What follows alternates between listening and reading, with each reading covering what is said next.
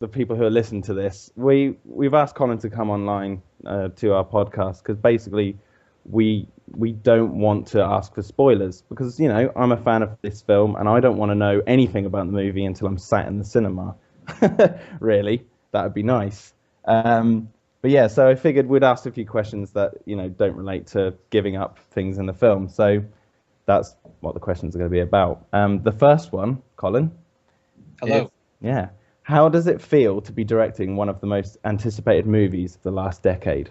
Ah, well, you said that, not me. I try not to think about it that way. I think it's important to make a movie for the fans, but I also have to remember that there's a lot of people who just couldn't care less and need me to make a solid case for why the hell there's a Jurassic Park 4 in the first place. And I want to make a movie for them too. And so that's the question that we've been asking ourselves from the beginning, which is, why is this movie? How can we move the story forward without losing what people love about this thing when it works? And there's kids now who don't have the same history with it as you or I do. And for us, to a certain extent, I feel like it's about recapturing a feeling that you had when you were a kid in 1993. And for them, I'm trying to create that feeling that they're going to want to recapture 20, 30 years from now when they're adults with jobs and they're missing the way that movies used to feel.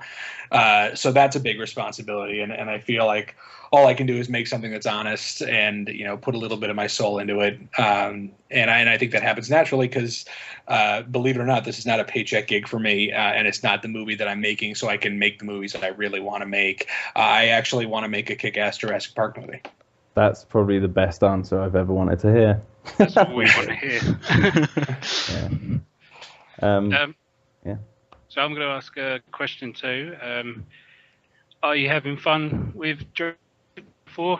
Writing the script, things like that. I mean, is there any sort of cool things that you sort of had thought of in the past when you was watching the films? Like, oh, that'd be cool to see in a movie. And have you sort of, put anything into it that you thought in the past that'd be cool? Yeah, I mean, I have fun most of the time. Derek and I have been writing for a while, and you do a draft and you do draft after draft, and you're trying to make every piece fit. And sometimes it's hard for that not to feel like work. Have any of you guys written a screenplay before? I actually wrote a fan script for Jurassic Park 4 that's online. And that's the only one I've actually done. So. I wrote one for number 3 before it come out. So, right. So and it was hard, right? Yeah. I mean, it's hard. And, it is. I feel like these kind of movies are fun to watch, but building them can kind of feel like architecture sometimes. And remembering to have fun with it can be the biggest challenge at a lot of moments. But the other side of the job, my job right now, which is the design and the world that we're building, that is always fun. When I get to sit down with guys like John Rosengrant and adjust the talon length on a dinosaur, and we're looking at variations of skin color, and that never feels like work, and that's where I feel like a kid. That's awesome. Pretty cool. Yeah. Sam, you're up next. Yeah, I got my questions loaded up here. My question is: Had you always wanted to had you always wanted to direct something of this scale? I always wanted to tell big stories because I think that's just where my brain goes. I'm drawn to those kind of ideas. I grew up in a very specific time that I imagine all of us did, where we had pretty fantastic things happening to real people. And those movies weren't always, big productions or tent poles. And my first movie and it cost $1 million, safe and not guaranteed. And yet I still feel like we were telling a big story in that movie. I mean, the guy had a time machine. And for me, it's not about scale. It's really just about whether you have, characters who you'd want to share that adventure with. And that's what Star Wars had, and Goonies had it, and Jurassic Park definitely had it. And when I was a kid, I was a little older when I saw Jurassic Park. I think I was 15 or 16, but I wanted to be there with those people. And, no matter how big it got, and that was our goal, was safety. And that's definitely our goal with Jurassic Park 4. Oh, That's awesome. It I is. can't believe you made Safety Not Guaranteed on $1 million. That's incredible. It felt Under so much yeah, bigger than that. $750,000. That's incredible. That makes it even better. That's awesome, man. Thank you. Yeah. I've got a question for you. What is your favorite dinosaur?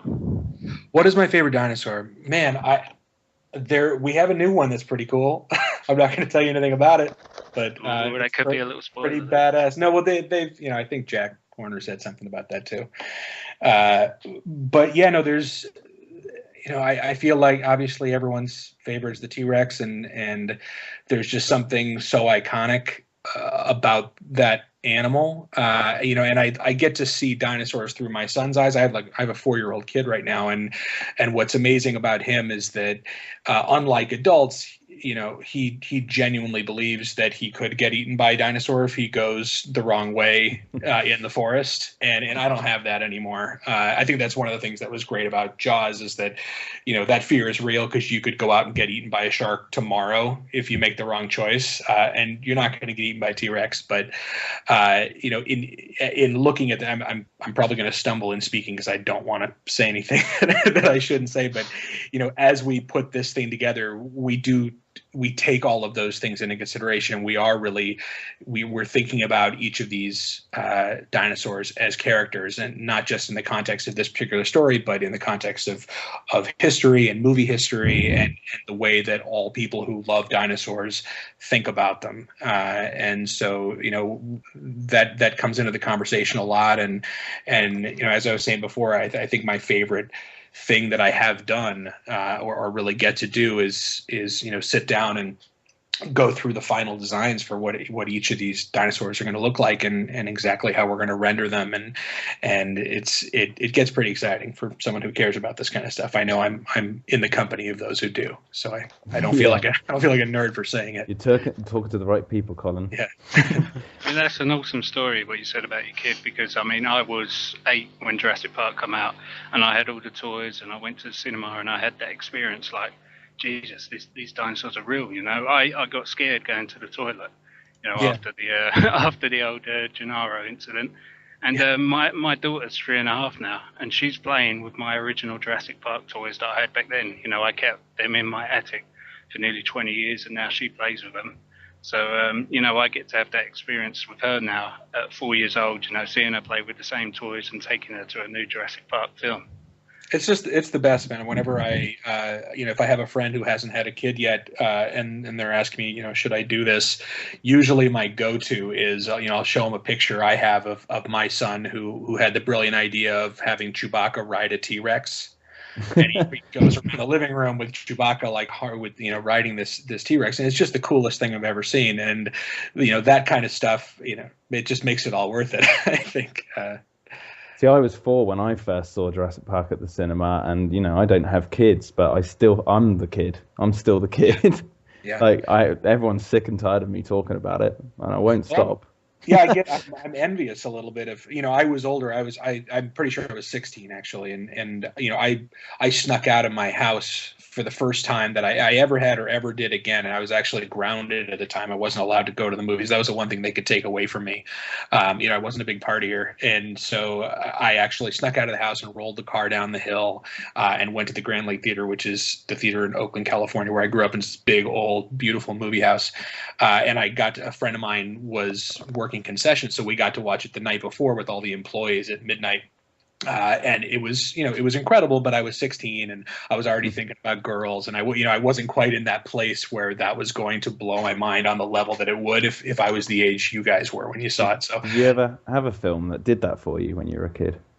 Yeah, I think Back to the Future was the one because I was 9 when I saw Back to the Future, and I was already deep into Star Wars at that point, but I was. Star Wars came out when I was 1, so I didn't get that experience of guys who were much older than me who got to have that theatrical experience of Star Wars. I think Jedi I saw in the theater when I was 6, so that was really my one big Star Wars theatrical experience. But Back to the Future was crucial and important, and not just that it was an amazing movie, but it was the first time that I really started to think about, oh, they actually can just make anything up and they can create their own rules and then break those rules. And it just, it kind of freaked me out. It still does. There's some like real big geek news come to light for me with Back to the Future recently that I'm still learning things about that film years later. I won't go into it, but there's a theory that when Doc Brown sends the Marty back to the past and then he gets back to the future and sees himself go back, the Doc's sending Marty back to kill himself. And I'm not even going to go into it, but that'll be one you have to look up, man. That's hardcore. It is. I get to, obviously I get to spend a lot of time with Frank Marshall and Rick Carter and a lot of these guys who were around during that era. And one thing that amazes me about them is I really don't know if they understand the way we understand how those movies affected all of us. They were there and they were making them, and a lot of that stuff, they thought it was good, but they didn't realize that for some people, especially when you get to things like Star Wars, for some people it was going to be a borderline religion. Yeah. And I, even friends that I have that are old, I'm 36 and I have a neighbor across the street from me who's 50. And I tried to explain to him when I heard that they were making a new Star Wars movie, like how important that was to me and to everyone that I grew up with. And he just looked at me like I was crazy. Like, I think there's a bit of a generational gap where there was a time when we started to care about this stuff in a different way than they used to. And it's interesting to me that gap exists. It never went away, but it started at some point. Yeah. I think Sam in the US. Yes. Yeah, I think you should ask the last question. I think you should, because you're the one that got us this interview, and this is the best question. That's true. No, you take it away. Take it away. Okay. If Jurassic Park were real, if the park were real, and you work there, what job would you like to have, Colin? What job would I want to have? Well, I first of all, I'm confirming nothing in case that's a trick question. No, it's not. Okay, good. Genuine. We want to know what you'd do. I would want to be the guy whoever the guy is that gets to see people's faces when they see a dinosaur for the first time.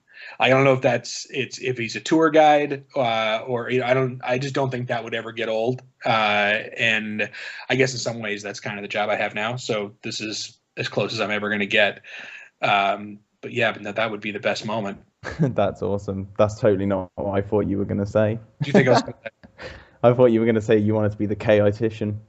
Oh, that's good. Well, let's go around table here. How about you? So would that be your choice? Yeah, I'd be Malcolm. Okay. So you mean specifically the context of the movie, not a theoretical. I'd be the guy saying this should only be in a movie and not be real. Okay. Yeah. Okay. Fair enough. How about you guys? Go ahead, Sam. You go ahead. You can go ahead, Sam. I would probably be the Nedry character, sitting in front of a computer, the safest bet, Right. Just the furthest away from the dinosaurs. And I would like to be a veterinarian, so I could actually, go out with the animals and be around them. Yeah, that's a good one. It's awesome. It's a good one. Well, I think we've got one sneaky question that right, Sam Phillips is going to ask. Just one more for you, Colin. All right. I had one. I'm not sure which one you're talking about. I got two little sneaky questions. The question. Oh boy. Oh, not to answer the question. Whatever it's not a confirmation. It's would Right. you like to get John Williams back making the music? Oh man, I'm gonna pass on the question. That wasn't the question I was thinking of, Sam. No. All right. Yeah, but that was one of the sneaky questions. I knew you were going to do something. That's why I had a prep talk with these guys. I'll give you the other one. I mean, do I love John Williams and all of his music? Of course. No. Give me the other one. Yeah. The last question then I'll ask it is any questions for the fans while you've got us here? You're talking to the people who may, if you're stuck, need some guidance. Well, no, it's not that I have questions. I would definitely, encourage everyone to, remember that feeling that we had when the first one came out. And this is about spoilers, and this is about seeking information. Yeah. And I, remember they didn't show anything in the trailers, and you really had no idea what you were going to see. And the Lost World, my memory of that is we barely even knew there was a movie, and all of a sudden it just showed up, and there was just a Lost World movie. And I know that time is gone, but. And I'm not going to be one of those guys who pretends I can bring it back by keeping all the secrets, because you can't really. But we're 2 years out, and I just want to cherish this time when no one knows what the hell we're doing. Like, I ask for you to give me that. Yeah, that's what exactly how we got you on here in the first place, was because I don't want to know. I'm telling you right now, I don't want to know anything until I'm sat in the cinema, and I'm very excited. The worst thing is going on the website and on the day a movie comes out and you sort of look at the story and the first comment, someone purposely goes out of their way to spoil the ending. Yeah. Well, I think that happened on a lot of films for me. Yeah, and it's I think in the end you got I think everybody who looks for I know where that comes from. I know why everybody wants to know. Unfortunately, like, what ends up happening is, information gets out there that is either partially true or not true, and everyone thinks they know what's going on. And I would just ask everyone not just to trust us, but understand that I understand when you hear things and you get nervous about it. And I saw some of the rumors on the internet, and I would have all kinds of red flags going off if I heard they were going to muzzle a T-Rex. So I would say, don't believe everything you read. There are way more insiders on the internet than there are in real life. And beyond that, and none of this is spoilery, but I would just say, almost on behalf of all of us, Steven has been very closely involved in this, and he cares about the franchise very much, and he does not want the movie to happen unless there's a script that deserves to be shot. And I feel exactly the same way, and that's what we're doing here. So Frank feels the same way. So when you have three guys who feel like that, sometimes you're going to end up with a movie that gets pushed a year. But in the end, however it turns out, the one thing no one's going to be able to say is that we didn't give a shit or that we phoned it in, because that is not true. Amen. That's awesome. That's really cool. That's what we want to hear. Yeah. All right, guys. Well, I'm going to go have dinner. I really enjoyed talking with you. This was a lot of fun. Well, good. We'd like to have you back, like maybe post JP4 for another podcast, and we can chat about all the spoilers then. I will be so much better then. My voice will sound different. I'll have less hair. And I love doing this because there will be a lot of press that goes along with a movie of this size. Of course, I'm going to do all that stuff too. But at this age, it's fun to talk to you guys because I know you care about it. And I'm not selling anything, and it's just kind of fun to talk to fans when I can. I promised a couple other guys who have a show on YouTube that I would do their podcast before the movie comes out, and they're probably going to hear this and be like, "What the hell?" But just so they know, I did not forget. And one day I'm going to probably just show up in your living room. So have your questions ready. Yeah, we'll do. Will do. Beers on ice for you. Yeah, that's marked in stone now, man. You can't get out of that. Well, I'll get to that. Yeah. All right. Well, it's been an honor having you on the podcast, Colin. All right. Have a good one. You too. Cheers, Colin. Bye.